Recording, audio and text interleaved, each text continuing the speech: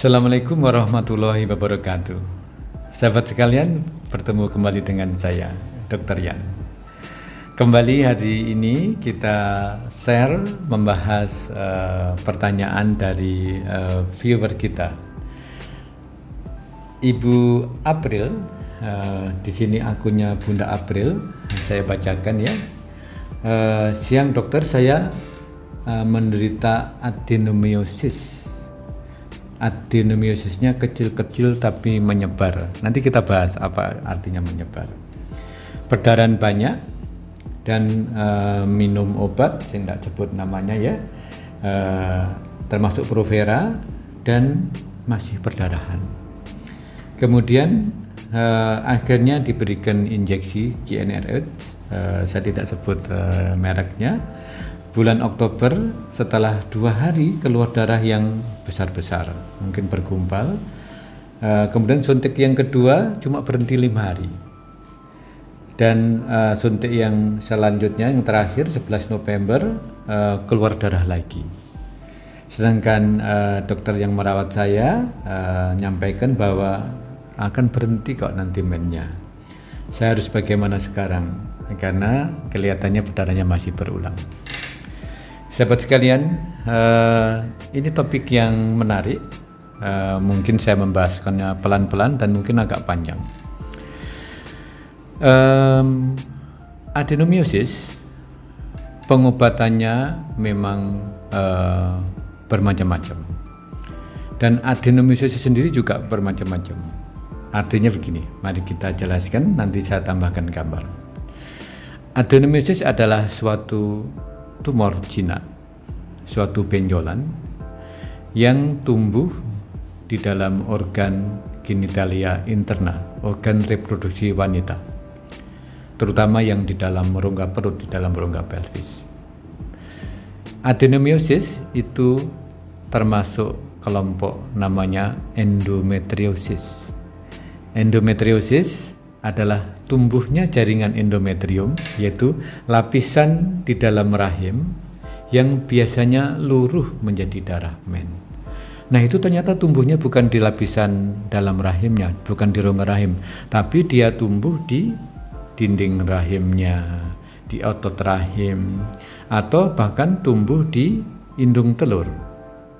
Dan ketika Bunda April menyebut, tapi adenomiosis saya menyebar, itu tumbuhnya endometriosis ini dia berupa bercak-bercak di luar. Di mana bercak-bercaknya bisa di rahim, bisa di perbatasan rahim dengan usus besar namanya sigmoid, bisa menempel di saluran telur, bisa menempel di cavum Douglas, nanti saya tunjukkan itu perbatasan antara cervix dengan vagina, di situ juga bisa menempel dan itu menimbulkan nyeri. Saya ulangi biar pemahamannya lebih baik, bahwa endometriosis itu ada yang endometriosis interna, yaitu endometriosis yang di dalam rahim, namanya adenomiosis.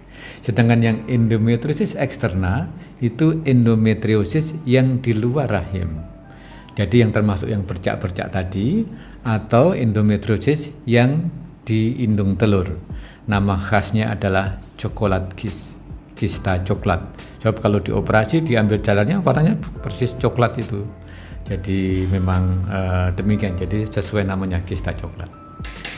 Nah, sekarang kita bahas. Telah diobati dengan derivat atau turunan progesteron, tapi tetap flek-flek bahkan bergumpal. Sudah diberikan injeksi yang sesuai GnRH, gonadotropin releasing hormone agonis, dan disuntik 1-2 kali, masih berdarah. Nah, bagaimana kelanjutannya? Sahabat sekalian, sebenarnya pada pasien dengan endometriosis, juga kelompok yang adenomiosis, itu salah satu keluhannya adalah gangguan pola haid. Walaupun keluhan yang utama adalah nyeri. Jadi pada pasien-pasien dengan adenomiosis itu keluhan utamanya nyeri. Yang kedua, keluhan terbanyaknya adalah infertility.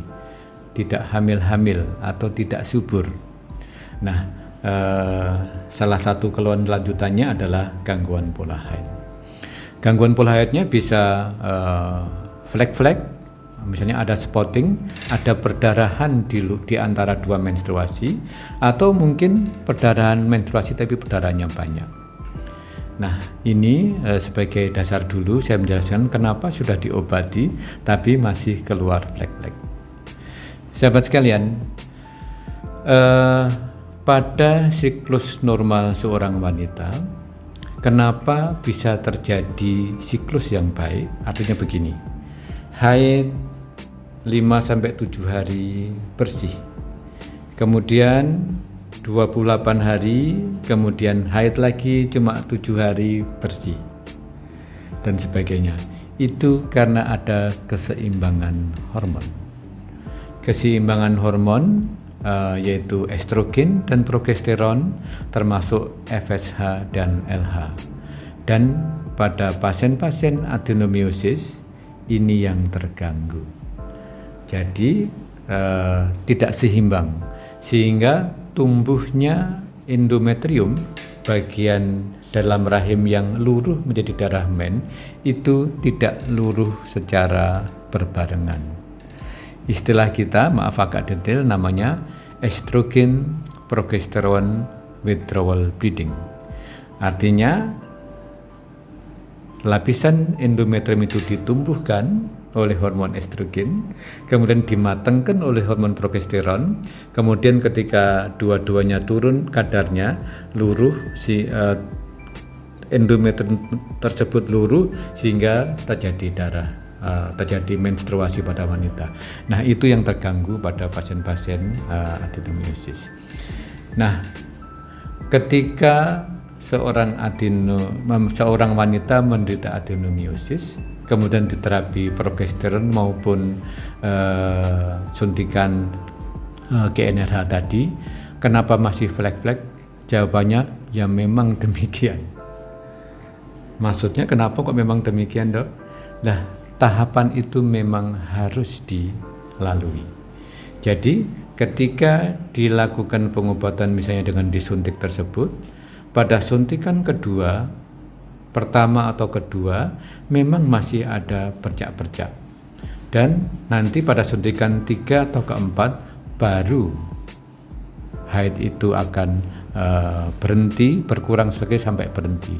Sehingga sebenarnya seorang dokter harus melakukan edukasi bahwa ibu, ketika nanti saya melakukan terapi ini, mau misalnya minum tablet atau misalnya disuntik, harus dijelaskan nanti pada suntik sampai ini haidnya masih kacau, bisa bercak-bercak aja, bisa banyak, tapi nanti pada suntikan kesekian baru akan berhenti. Dan lagi tambahannya adalah ketika sudah berhenti haid, misalnya telah disuntik 4 kali, untuk tahapan haid kembali normal secara siklik 28 hari dan sebagainya, itu juga melalui fase bercak-bercak lagi, melalui fase haidnya tidak normal lagi.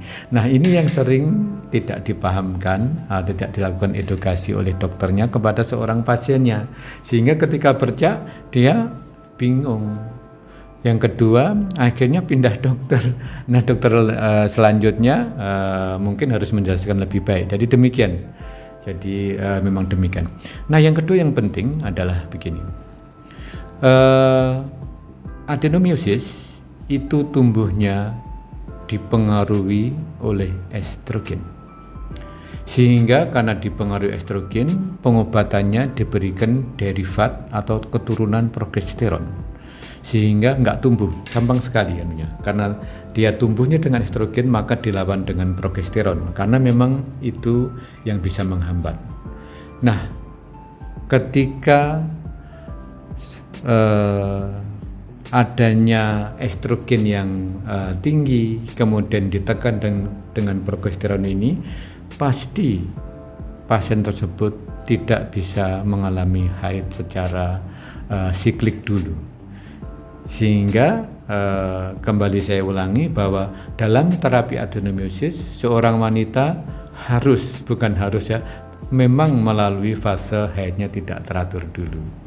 Sehingga pada pasien-pasien yang adenomiosisnya kecil, misalnya diberikan obat, harus dijelaskan bahwa setelah selesai dari pengobatan, mungkin 3 bulan dari pengobatan, itu mungkin baru siklik, baru teratur kembali. Nah, misalnya pada orang yang akan program hamil atau promil, ini baru bisa dilakukan setelah haidnya kembali normal kembali. Jadi mungkin demikian. Jadi tidak ada yang mungkin harus dikhawatirkan secara berlebihan, tapi bagaimanapun pola haid tersebut pasti mengganggu, tapi penjelasannya demikian. Jadi memang pengobatan tadi yang disuntik Bunda April itu bisa dilanjutkan sampai suntikan keempat, kadang diberikan 5 kali, dan haidnya bisa sangat berkurang atau bahkan stop. Kemudian beberapa bulan pasti tidak teratur kembali. Kemudian setelah itu baru secara pelan-pelan menjadi teratur kembali. Jadi demikian sahabat sekalian, memang di dalam memberikan pengobatan, kami seorang dokter bukan hanya memberikan obat, tapi juga harus memberikan edukasi yang baik, pemahaman yang baik, bagaimana kemungkinan perjalanan penyakitnya setelah diberikan pengobatan.